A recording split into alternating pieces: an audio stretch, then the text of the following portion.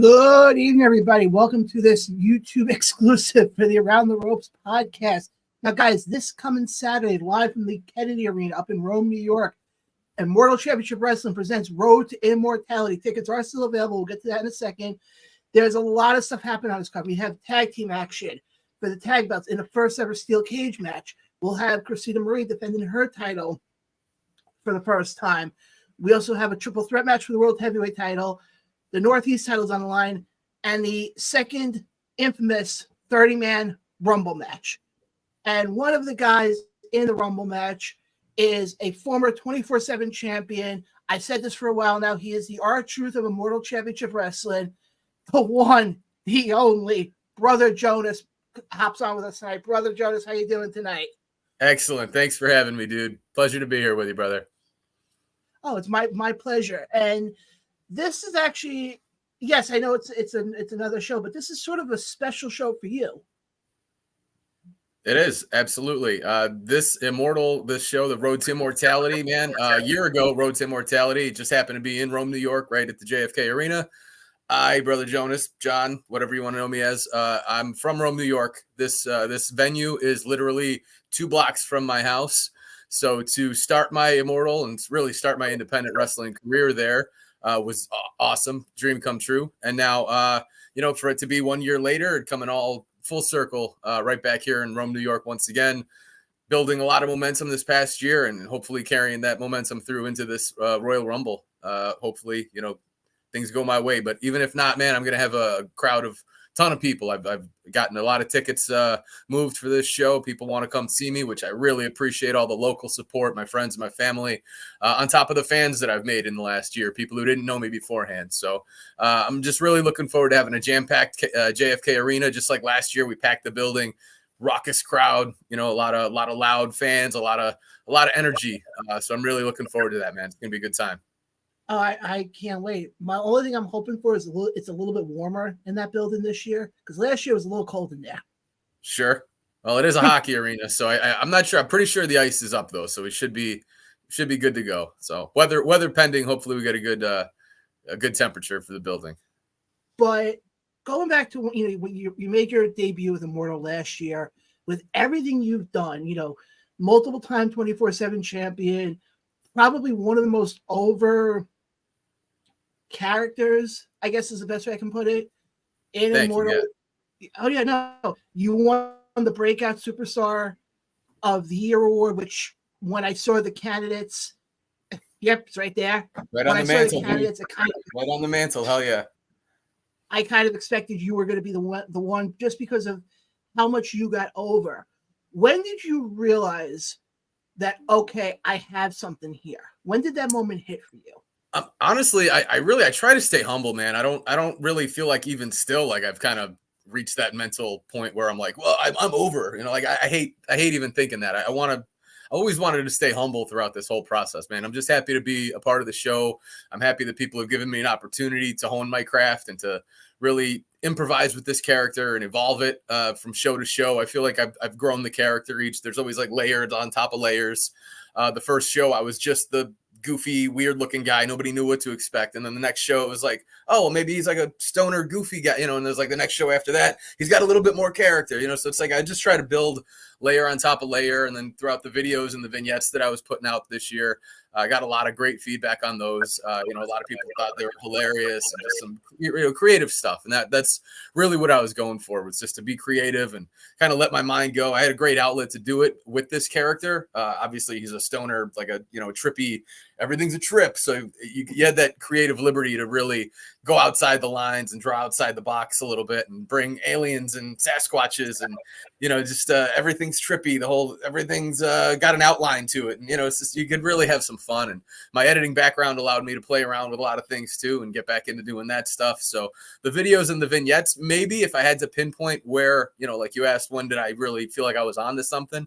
While still staying humble, I would say it probably would be when I started getting some really good feedback on the videos and the 24/7 stuff. I was really happy to be able to do a lot of switchbacks with talented guys. And just like you said, the R-Truth stuff, I took a lot of inspiration from how WWE got their original hardcore title over and now the 24/7 title. That's pretty much what I was going for throughout this run this past year. Well, I think to me, like I said, I was fortunate enough to be there live at the show last year, so I got a chance. And I said this to you before that I've seen your entire Immortal run, with the exception of maybe 2 shows, which was the first Westmoreland shows. Mm-hmm. I was there for every bit of this journey, and the fact that you come in and there was times you didn't have the 24/7 title. Sure. There were times you didn't have it, but you were still, as soon as you came out, you heard the chants. I remember vividly. Now, this was one of the shows I wasn't at, but I saw the clip of it. I think you had posted or somebody had posted this, where it was the second Westmoreland show because it was the September show. Mm-hmm. And you had the tag team match. I think it was you and now Z Woo up against the Stompers, I think. Yeah. I could be wrong on it, but what I remember seeing is the crowd chanting for you. Sure. I'm big on making a big first impression. So when you come out of the curtain, I had the opportunity to really get them pumped up and get them up, and especially in being the opener too. We were in a position, we were students, still most of us are still students, but we had that opening match slot, and sometimes that's a very important spot. Like people call it, like your match 1, but it's an important start to a show. You're getting the crowd pumped up, you're getting them into that vibe of what are they going to expect, what are they going to see. So it's really important that you get them right up and you get them going and you get them into the action right off the bat. So I always try to make my entrance really big. I was able to use a great entrance song by one of my favorite bands, and I had their permission to run with the song, and it's a great beat, it's a great riff, so it's just being able to get them up and keep them up and trying to keep that energy and pull from that energy and just feel it and get them to feel it. That's it's really what I was going for. So yeah, I mean, I was very fortunate that Brother Jonas is an easy thing to chant, that and Westmoreland's only 20 miles away, 20 minutes from Rome. So, I may have been the friends and family thing, but it's either way, it's a great way to start. And it's a great way to get the people who don't know you into you. When you got a group of fans here and there, and on the other side, they're starting to chant your name. It's easy to be like, hey, yeah, this guy is pretty cool, brother, so it's, yeah, But yeah, that opening spot, it's a real important spot. So I never took that for granted either. I was never bummed that we were the openers or anything like that. It's a great opportunity to start the show right and kickstart things, Oh no, I can definitely see that, because you guys are setting the bar for the rest of the show. Sure. And it's not like you're mid-show and it's like, okay, some people are kind of out of it. Some people are like, it's a wrestling show. Everybody's energy level's up here. Sure. So the fact that you guys were basically the opening act, to put it nice, I guess that's the best way I can put it. Yeah. Was actually credit to you guys, because to me as a fan, it came up to me like, okay, Mike and Immortal have faith in these guys to let them set the bar for the rest of the show. Yeah, absolutely. But I mean, on the shows when we go to pay-per-view, we might not have made the card, the pay-per-view card that people would see online, but you're getting that crowd in the building. You're getting them hot and you're getting them ready to go. So none of us ever were, boo-boo faced about it or, thinking that we needed to be higher on the card, because really we got so many opportunities through UWE and through working with, Ben Hameen and just what we went through to really earn those spots. I know a lot of people kind of poo-poo on what we were doing over at UWE, but I think we all worked hard. We really grinded for the opportunities that we had. There's a lot of us still coming up, and Z Woo, is as much as I hate him now that he turned his back on us and he turned to the evil ways. He's a guy that you're going to want to watch out for. The Stompers are still making waves, and even Rizzy, he's back in the fold, and he's kind of doing his own thing with One Up, and I wish him the best. And there's a lot of talented dudes around this area. So I think we all grinded for it and we've all earned it. It's at least I'd like to think that anyways. So. Oh, you guys definitely have. Because I know for me, like I said, my first introduction to a lot of you guys was the Rome show last year. Mm-hmm. And right away, I was hooked. Between yourself, Z Woo, the Stompers. It's like, it's almost like and this could sound weird how I'm going to compare this, but I think this only came into mind because of what happened, this past weekend. It was almost like a small version of ECW, and I'm going to explain why I say that. You guys were the outsiders, so to speak. Sure. And you guys were not saying you guys were coming in to cause a ruckus like ECW did back in the day, but a lot of people did not really know who you guys were prior to that Rome show last year. And over the years, it's like, okay, if you talk to anybody in Immortal, fans of Immortal, they know who the Stompers are. They know who you are. They know who Z-Wu is. And I kind of put that with the ECW stuff because it's like, okay, they weren't around that long, but look at how much of an impact they did. And that's the same thing I say with you guys. Sure. No, I can appreciate that comparison, especially as you can see, I'm a big ECW mark with all the figures on the wall.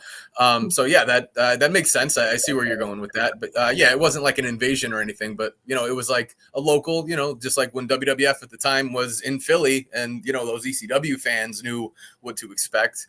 That was kind of like, we were in our home area, Rome and Oneida, where UWE is located 10, 12, 15 miles apart. So we were lucky enough to have a home base of our own kind of come in for that show. So we had a lot of, fans before the fact, but like I was saying before, it's helpful to have your own fan base kind of lead the rest of the crowd. So those Immortal fans who didn't know who any of us were kind of, knew who to cheer for and knew who to boo. And, so kind of right off the bat, we had a nice little in with that show being our first. So.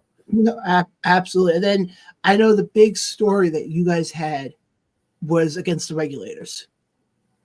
Yeah. Looking back on it now, how do you feel about that whole storyline?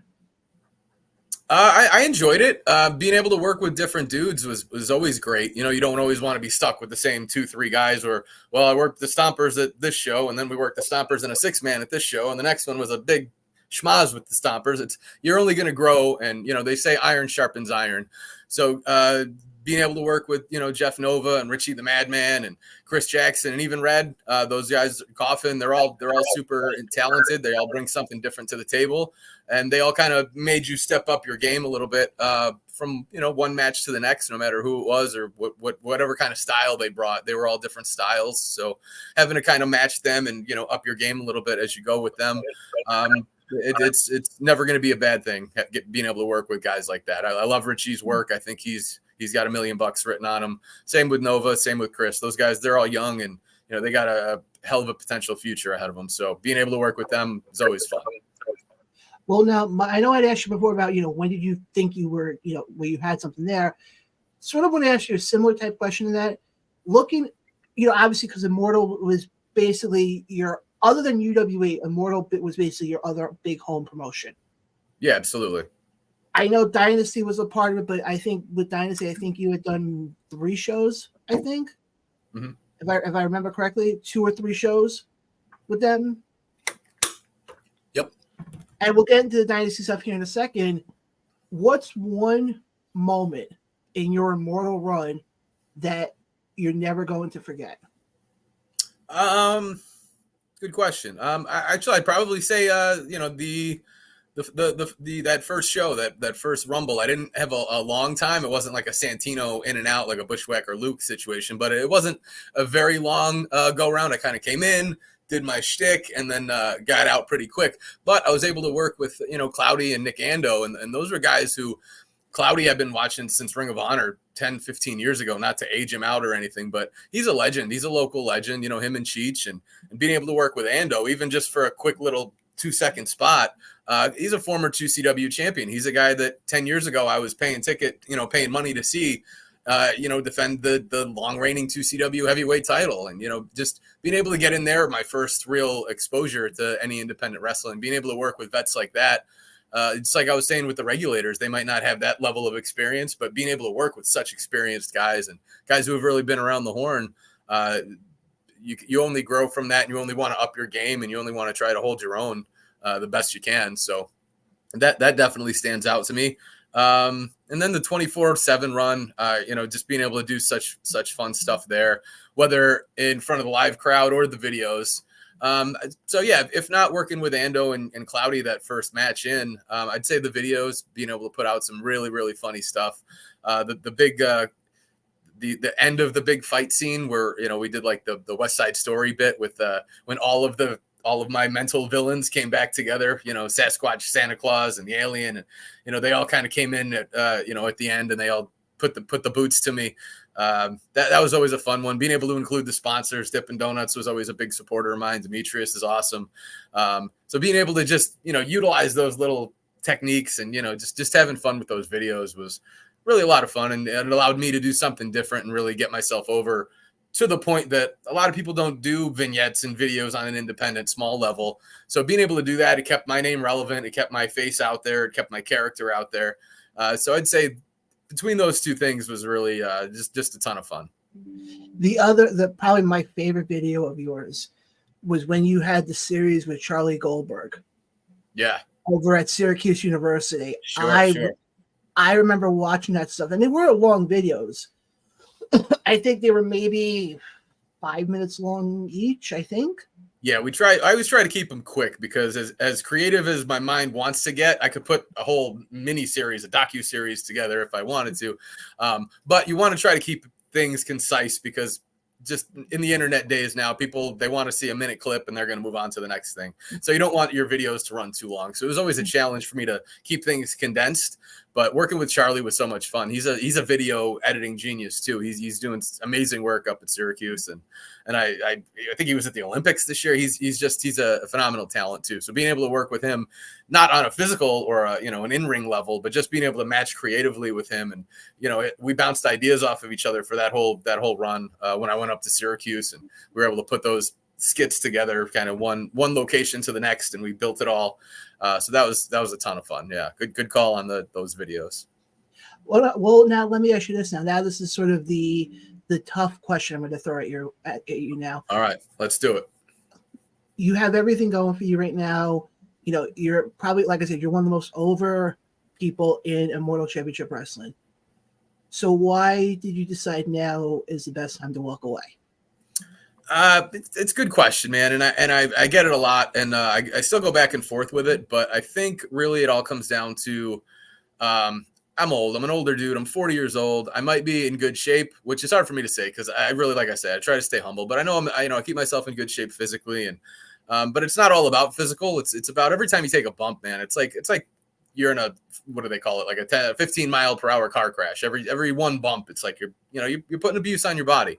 Yeah. And my shoot job, I don't have insurance. I don't have a good insurance plan. I don't have a good future lined up there. So it's, God forbid I get hurt. I'd be really screwed. And at 40 years old, training twice a week at UWE, I was really starting to feel the bumps. And I know there's still a lot out there for me when it comes to wrestling. So I'm toying around with the idea of, this might be a little bit of a spoiler alert, but you might not be seeing the absolute end of Brother Jonas. But as far as the in-ring stuff, that's definitely going to be coming to an end. But you might see me in, some kind of like a talk show host role, or maybe a managerial role down the line. Something like that might be something that we're working towards. But for now, I'm trying to finish things up on my terms, which is being here in this Rome show a year after I made the debut. I just really. I mean, I'm kind of bouncing all over the place here, but what happened was I was doing another podcast interview, and the interviewer threw a question at me that I wasn't really expecting. And he said, "So what are your goals for 2024?" And it's a basic question, but I had to think about it. And I was thinking to myself, really from April of 23 to April of 24, I'd really checked everything off my list that I wanted to. I'm never going to be a guy who was going to be in the world title picture. So just getting myself out there and like you said, getting this character over, having that 24/7 title run. At this point, I'm an 8-time champion. That's surreal for me to say that I had, really put that belt over. Everybody had told me how creative it was that I put the tie-dye skin on the title. I really made it my own. And I would hope to say, and confidently I can say, I brought that title up a level where people enjoyed what I was doing with that. I'd wrestled in front of my friends and my family. My mom was front row for most of my shows. So for me, I felt like what more is there to grind for? Because I'm not a guy who was ever like, well, I'm going to make it to WWE. I want to get that AEW tryout. I'm realistic with things. I trained too late in life. I think I was like 37 or 38 when I really started this. I had dabbled in it a few years prior, but never to the point where I made it anywhere. So I had never really thought that was going to be a realistic goal. Plus, I'm only 5'8". I'm not cut out for TV wrestling. So that was a realistic, or that wasn't in the realistic realm, So for me at this point, I wanted to really end things on my terms rather than have something happen, God forbid, and then you have to retire. You see it with guys like Edge and whoever else. You're forced out, and that's a much more bitter way to end things.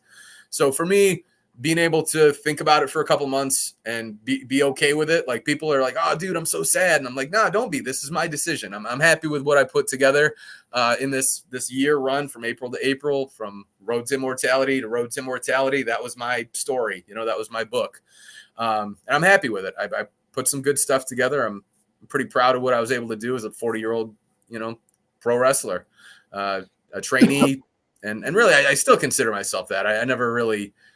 Humbly, I try not to think that I made it to any next level. I'm just a guy who's happy to have any opportunity he has, and really I just try to make the best of it. And I'm very thankful that people didn't boo me out of the building, So for me, just being able to make it that year and having that good run, and I think that was good for me as far as the in-ring stuff. So chapter 2 is going to be what I can bring to the table as the on-screen character. So that's really what I'm working towards. I'm still going to take a couple of months off and really try to reassess what I want to do with it. But there's a lot more options for Brother Jonas than just being an in-ring guy. So, to be honest, I think you as a talk show host would be wild, to say the least.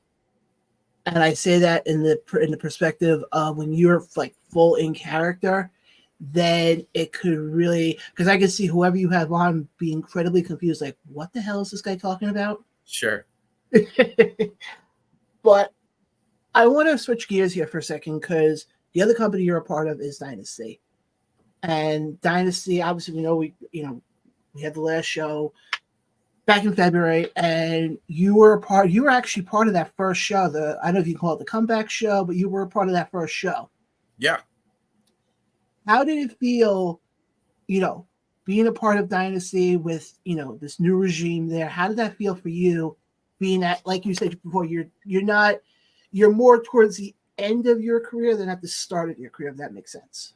Yeah, no, absolutely. It was awesome for me because when Dynasty had announced they were coming back, that was their big tournament show for $10,000 and and all that.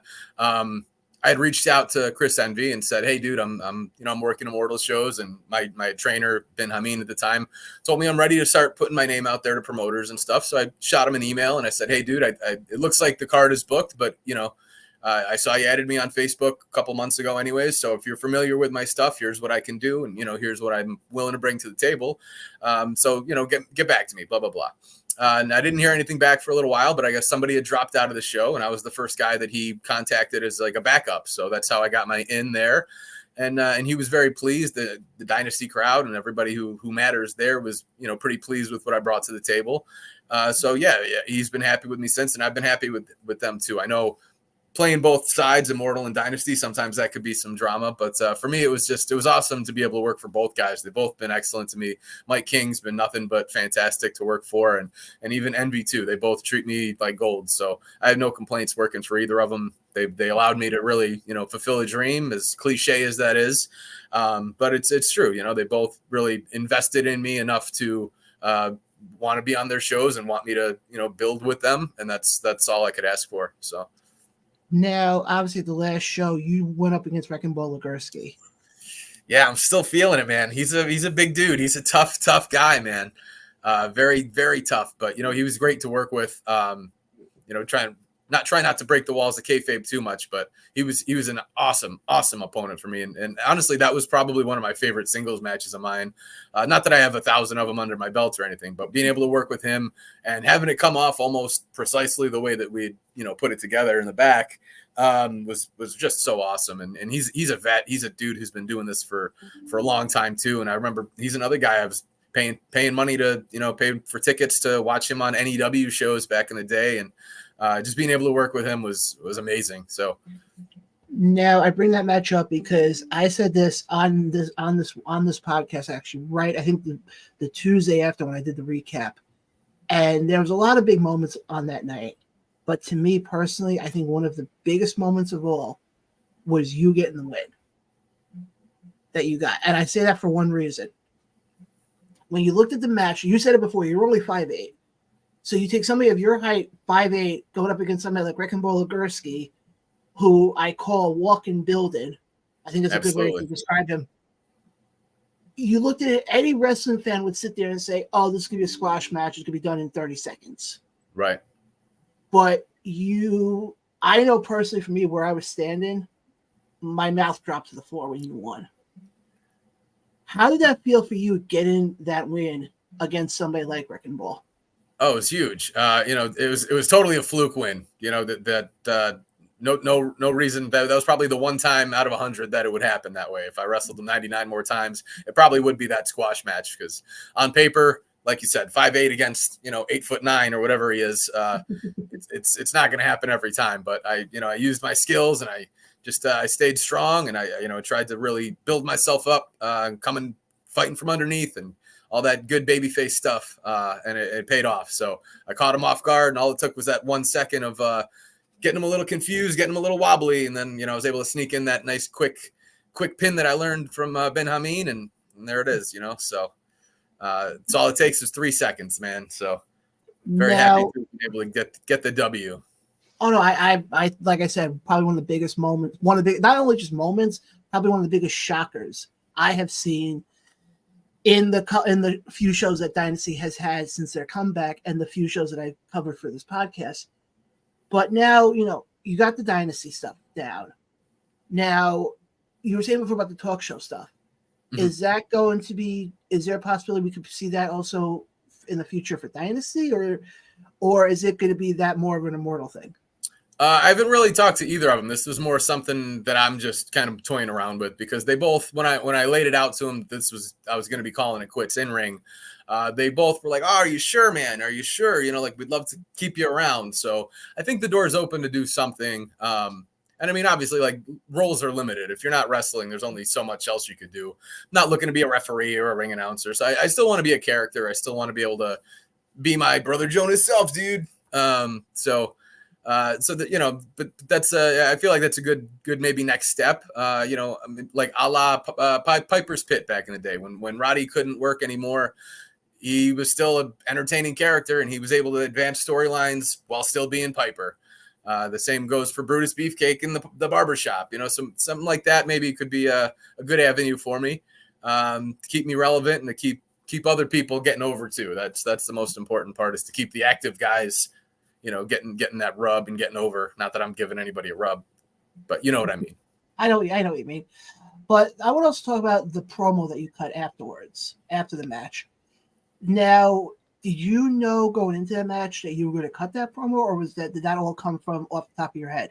Well, I knew that Envy had given me some mic time, so that's why I kind of hung low by the ring. I didn't just scoot out after the win. But really, I had a very basic outline of what I wanted to say.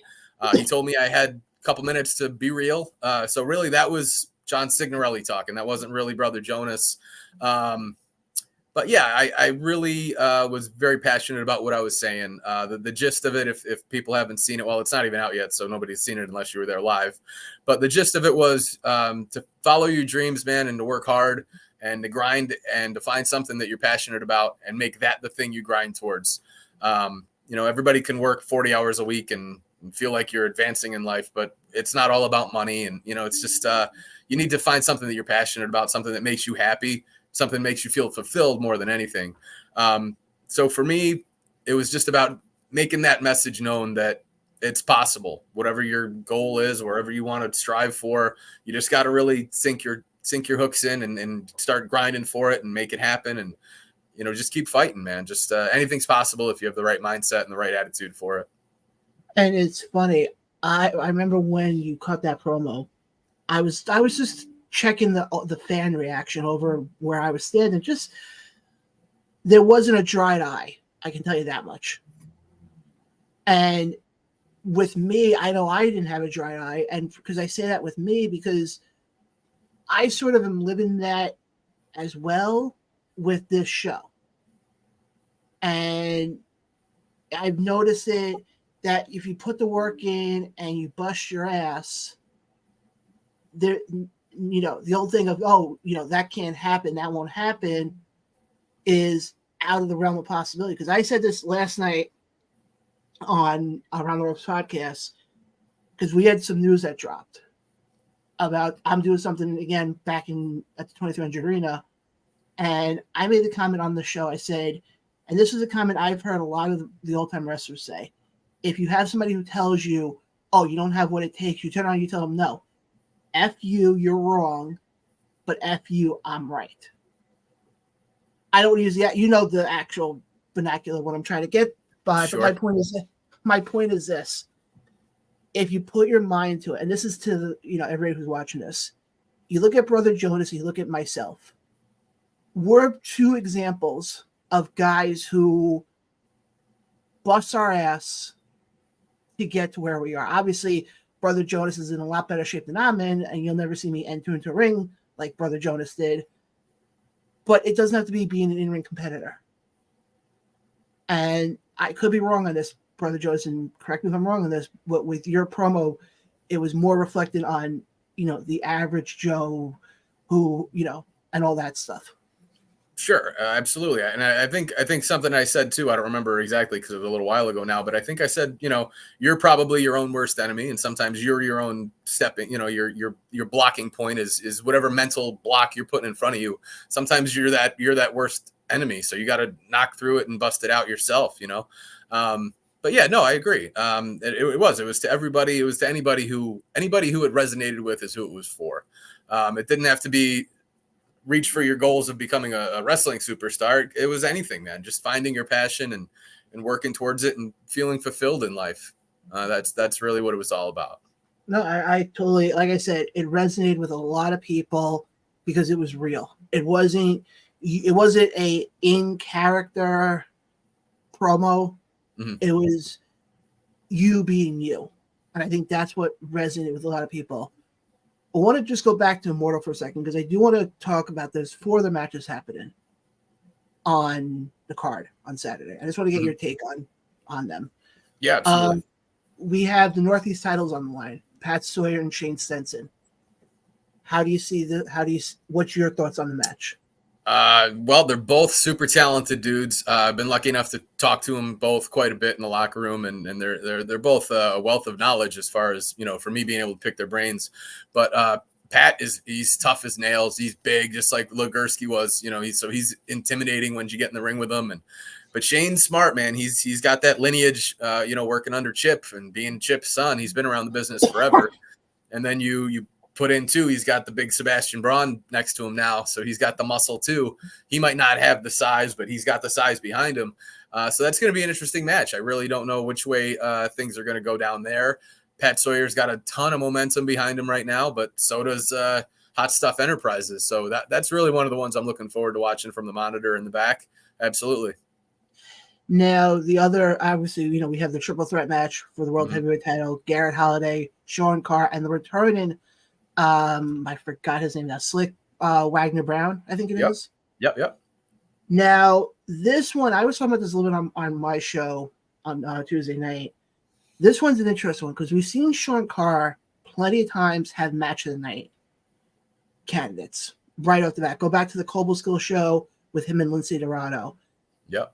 He had the triple threat match in Utica where it was him, Enzo, and Colin Delaney. I think was that the I don't remember who the third guy was, but it was a fantastic match. You go back to the last show, it was him in the triple threat match with him, Spencer Slade, and Facade. How do you, especially, it is a triple threat match, so the champion really doesn't have to be in the decision to lose. How do you see what's your thoughts on that match? It's really for me to pick them right now. It's very tough because, like you pointed out, each guy has some strengths going into it. SWB, we haven't seen him in a while, so nobody knows what he's bringing to the table at this point. But he's a veteran, he's a legend, really in this area's independent scene, and he's another guy I used to watch in early Ring of Honor. So he's got a wealth of knowledge coming into this thing, and I'm sure he's got more triple threats under his belt than most of us do have matches. As far as the champ goes, he's been on tremendous run lately. So it looks like there's no stopping him. He's beat everybody that's been in his path. So really, it's tough to gauge. It's tough to really, put a finger on it. But if you're pointing a gun at me and you're telling me I have to pick somebody, I think the reign's going to continue. I think Garrett Holiday has been he's been in too hot of a run lately. So I would say he's going to continue that momentum. But that's just a shot in the dark and just rolling with that momentum he's built. Oh no, I agree 100% because he's gone up against a lot of the big names, guys like Eddie Edwards, Ichiban, guys like Cheeseburger back at the Utica show. Bill Collier we saw at the last show. So he's definitely gone up against some of the big names. So it's good. That match is going to be interesting. But the match that I'm curious to see how it plays out from a fan's perspective is the women's title match with Christina Marie taking on the debut and Adina Steele.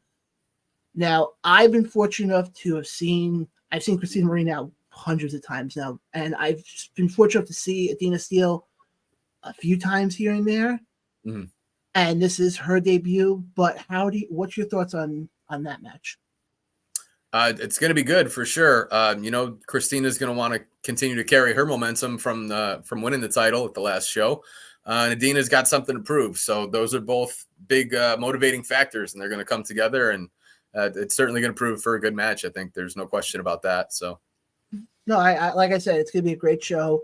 And then obviously we have did I forget him? I'm trying to think here now because I'm like, there's the cage match, man. The cage match, yes. Tag match.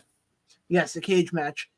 Now, this one's going to be interesting to me because I've said this now on the show for a while now. I actually said this to Adam Stone at the last Immortal show.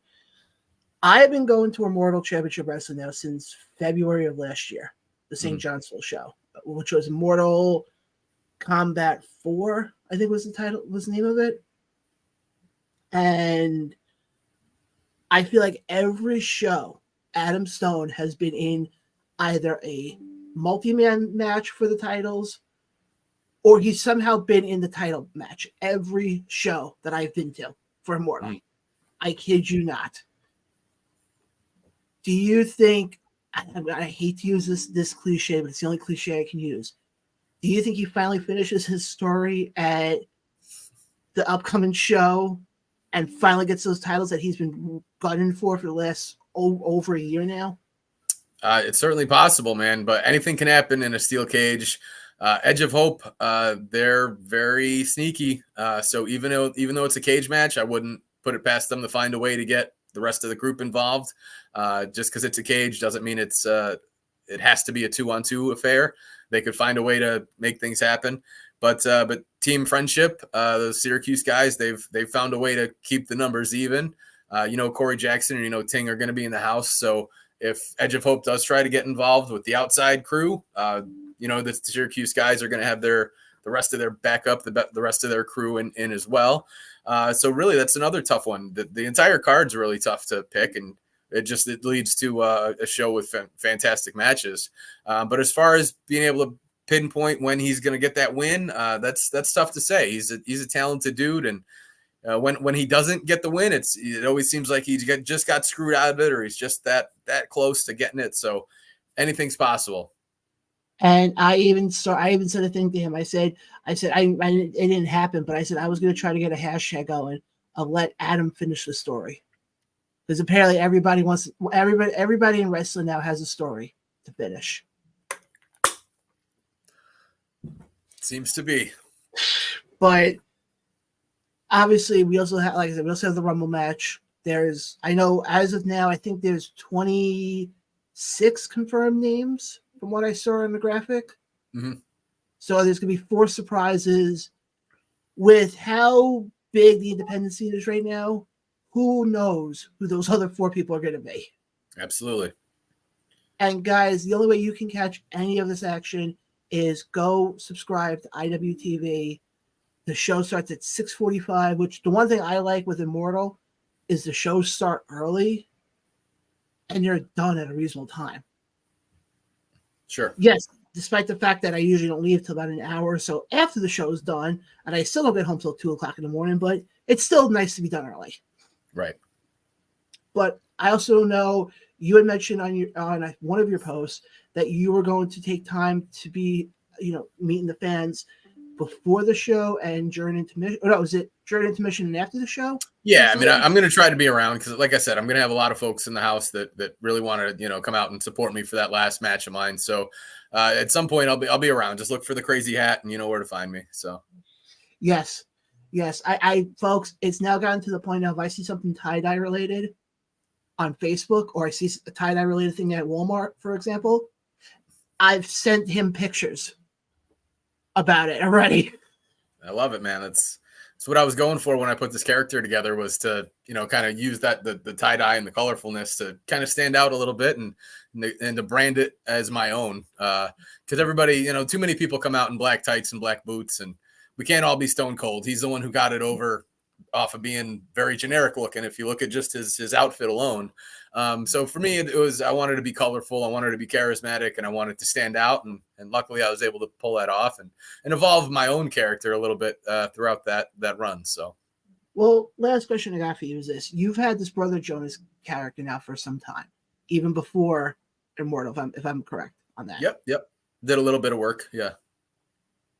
When you started, if you can sit here now and go back to the early days of Brother Jonas, A, what would you tell him? And B, did you foresee a lot, any of this stuff happening where you, like I said at the start of this, you're one of the most over people, I think, especially in the independent scene?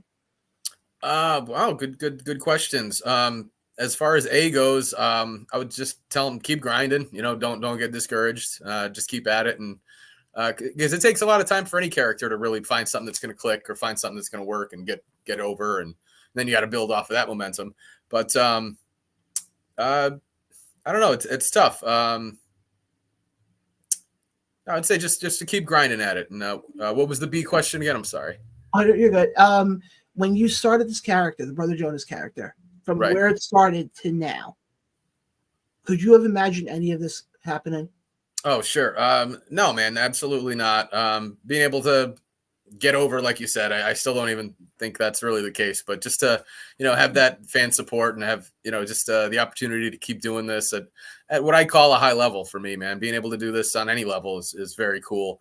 So just, I'm super appreciative of everybody's support, and the support of the promoters, and support of anybody who bought a t-shirt, bought a pair of the wacky glasses, and the 8x10s, when I see them, when I'm able to sign them and sell them and take pictures with you guys, it's awesome. It's definitely made it worthwhile for me. I know for a fact that I normally don't get character dressed up, so to speak, but I know this coming Saturday I will have, because I did actually get the glasses as well, and I think I'm actually doing camera work for the show again. Because I did camera, I will have the glasses on, especially during the Rumble. Sweet. But Brother Jonas, it's funny, I can't even call you by your name because I'm so used to calling you Brother Jonas. That's all right. I gotta say, I said this to you a couple of times, but I'm gonna say this to you now. For somebody who's gotten a chance to see you in your entire, I guess, Immortal and Dynasty run now, I am incredibly proud of what you've done. You have gone from, I can't even sit here and say undeniable to you're not even that. Let's keep the cliches for WWE. I'm not looking for any of that stuff. Oh, yeah. But in all seriousness though, you set a dream, you achieved goals that most people would sit there, especially at the age that you're at, not saying that you're old, would sit there and say, a couple grays, we're okay. Would sit there and say, oh, that's not for me. But you proved them wrong. And from a fan's perspective, I am very proud of what you've done. I can't wait to see what's coming up for you this Saturday. And honestly, I can't wait to see what the future holds for the Brother Jonas character, because I still think there's a lot more for you to offer, like you said. Sure. Well, thank you very much, man. I appreciate that. That support's heartfelt, and it means a lot to me. So I appreciate it. Thank you. Oh, it's my pleasure. And guys, if you're able to come out this Saturday, Come out. It's going to be a ruckus crowd. I can't believe I just used that term, but it's the only term I can use. My only suggestion, if you are coming to the show on Saturday, make sure you bring a sweatshirt. It's good. Probably going to be a little bit cold in that building. But again, Brother Jonas, I appreciate you coming on. You know the door is always open for you whenever you like to come back on. All right. No questions asked. Where can the fans connect with you on social media? And let's plug the Immortal Show, and let's plug everything else that you have coming up. Yeah, absolutely. On social media, I'm pretty much just a Facebook and Instagram guy. The Facebook, just search Brother Jonas. I think it's Brother Jonas Wrestler. On Instagram, it's Brother Jonas Saves. So 2 S's in the middle there. Brother Jonas Saves, all one word. And Immortal, April 13th, this coming Saturday night. JFK Arena, Rome, New York. This one will be streamed live on IWTV. So get that subscription renewed. Come on out to the show. I still have some tickets on hand personally. So if you know my personal handles, feel free to hit me up. Be happy to get you set up. So you're going to be general admission. Not going to be a bad seat in the house. It's going to be a pretty intimate venue in that little hockey arena. So let's fill the place up. Let's have a good time, dude.